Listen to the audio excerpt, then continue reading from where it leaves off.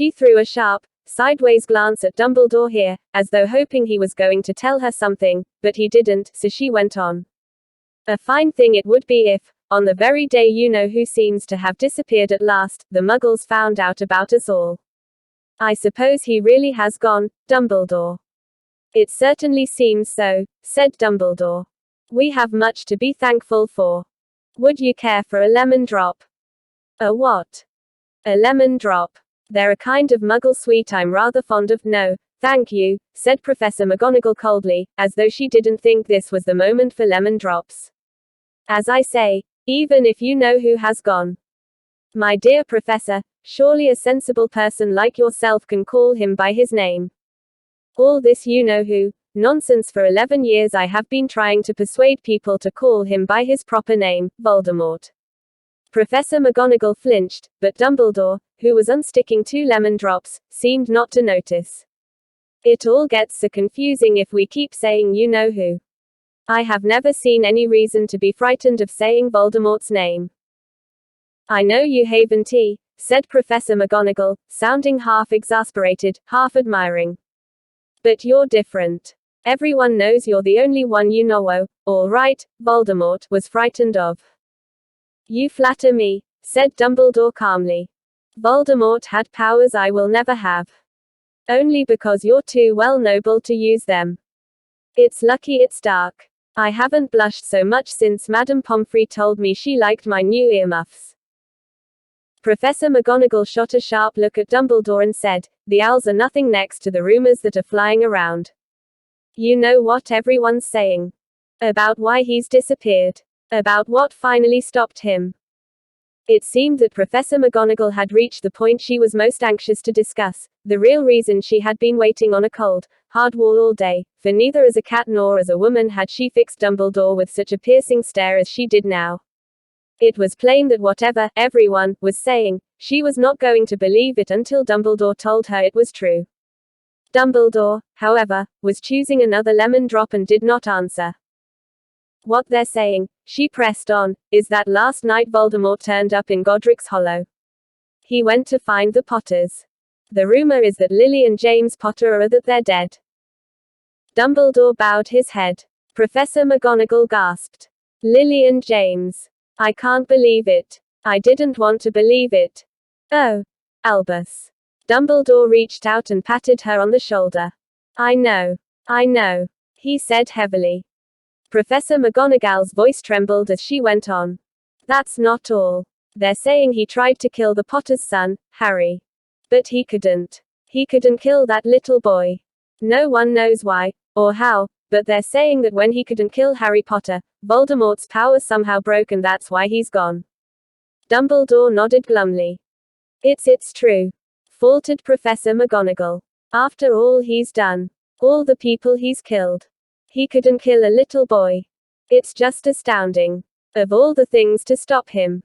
But how in the name of heaven did Harry survive?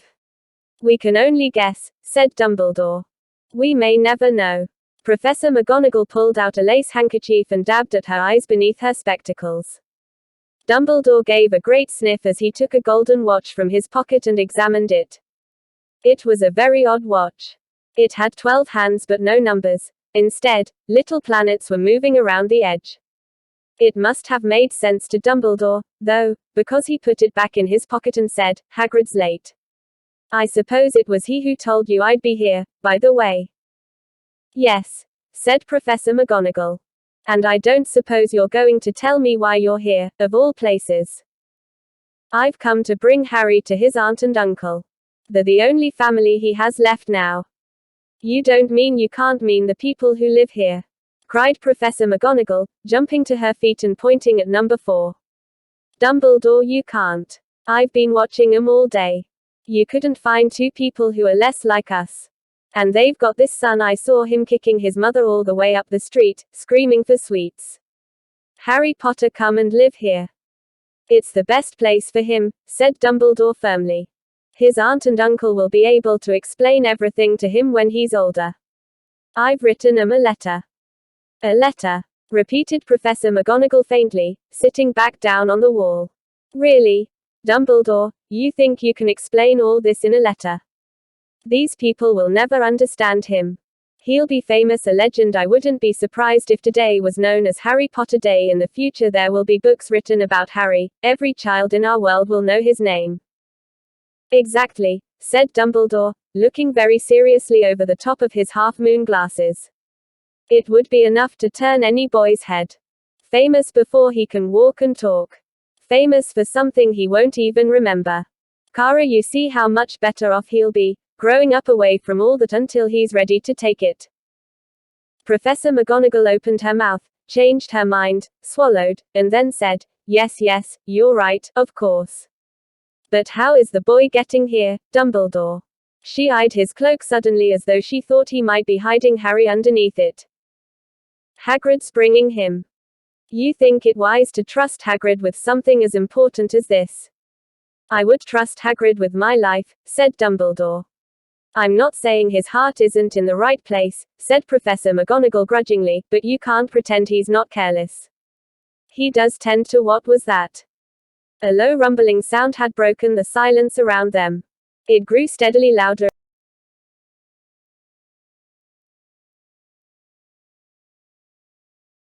A low rumbling sound had broken the silence around them. It grew steadily louder as they looked up and down the street for some sign of a headlight. It swelled to a roar as they both looked up at the sky, and a huge motorcycle fell out of the air and landed on the road in front of them. If the motorcycle was huge, it was nothing to the man sitting astride it. He was almost twice as tall as a normal man and at least 5 times as wide.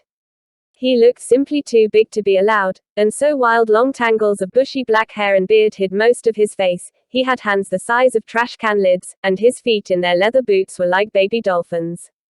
In his vast, muscular arms he was holding a bundle of blankets.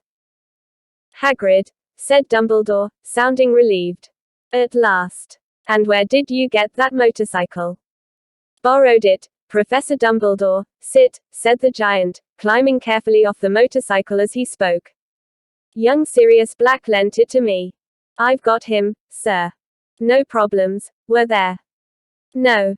Sir, house was almost destroyed, but I got him out all right before the muggles started swarming around. He fell asleep as we was flying over Bristol. Dumbledore and Professor McGonagall bent forward over the bundle of blankets. Inside, just visible, was a baby boy, fast asleep. Under a tuft of jet black hair over his forehead they could see a curiously shaped cut, like a bolt of lightning. Is that where? Whispered Professor McGonagall. Yes, said Dumbledore. He'll have that scar forever. Couldn't you do something about it, Dumbledore? Even if I could, I wouldn't. Scars can come in handy.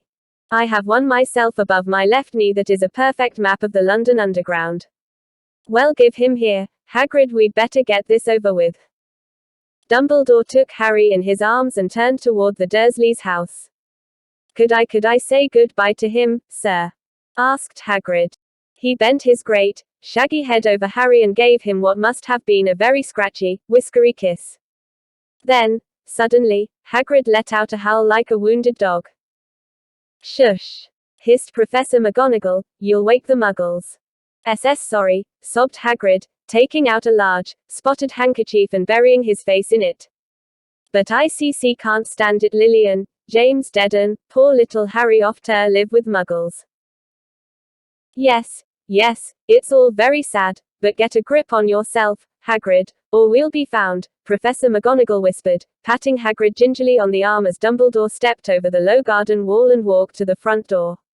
He laid Harry gently on the doorstep, took a letter out of his cloak, tucked it inside Harry's blankets, and then came back to the other two.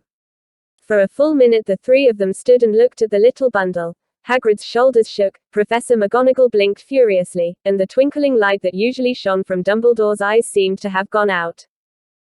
Well, said Dumbledore finally, that's that. We've no business staying here. We may as well go and join the celebrations. Yeah, said Hagrid in a very muffled voice, I'll be tackin' Sirius his bike back. Good night, Professor McGonagall. Professor Dumbledore, sir. Wiping his streaming eyes on his jacket sleeve, Hagrid swung himself onto the motorcycle and kicked the engine into life. With a roar it rose into the air and off into the night. I shall see you soon, I expect, Professor McGonagall, said Dumbledore, nodding to her. Professor McGonagall blew her nose in reply. Dumbledore turned and walked back down the street. On the corner he stopped and took out the silver put-outer. He clicked it once, and 12 balls of light sped back to their street lamps so that Privet Drive glowed suddenly orange and he could make out a tabby cat slinking around the corner at the other end of the street. He could just see the bundle of blankets on the step of number 4. Good luck, Harry, he murmured. He turned on his heel and with a swish of his cloak, he was gone. A breeze ruffled the neat hedges of Privet Drive, which lay silent and tidy under the inky sky, the very last place you would expect astonishing things to happen. Harry Potter rolled over inside his blankets without waking up. One small hand closed on the letter beside him and he slept on, not knowing he was special, not knowing he was famous, not knowing he would be woken in a few hours' time by Mrs. Dursley's scream as she opened the front door to put out the milk bottles, nor that he would spend the next few weeks being prodded and pinched by his cousin Dudley. He couldn't know that at this very moment, people meeting in secret all over the country were holding up the glasses and saying in hushed voices, "To Harry Potter the boy who lived."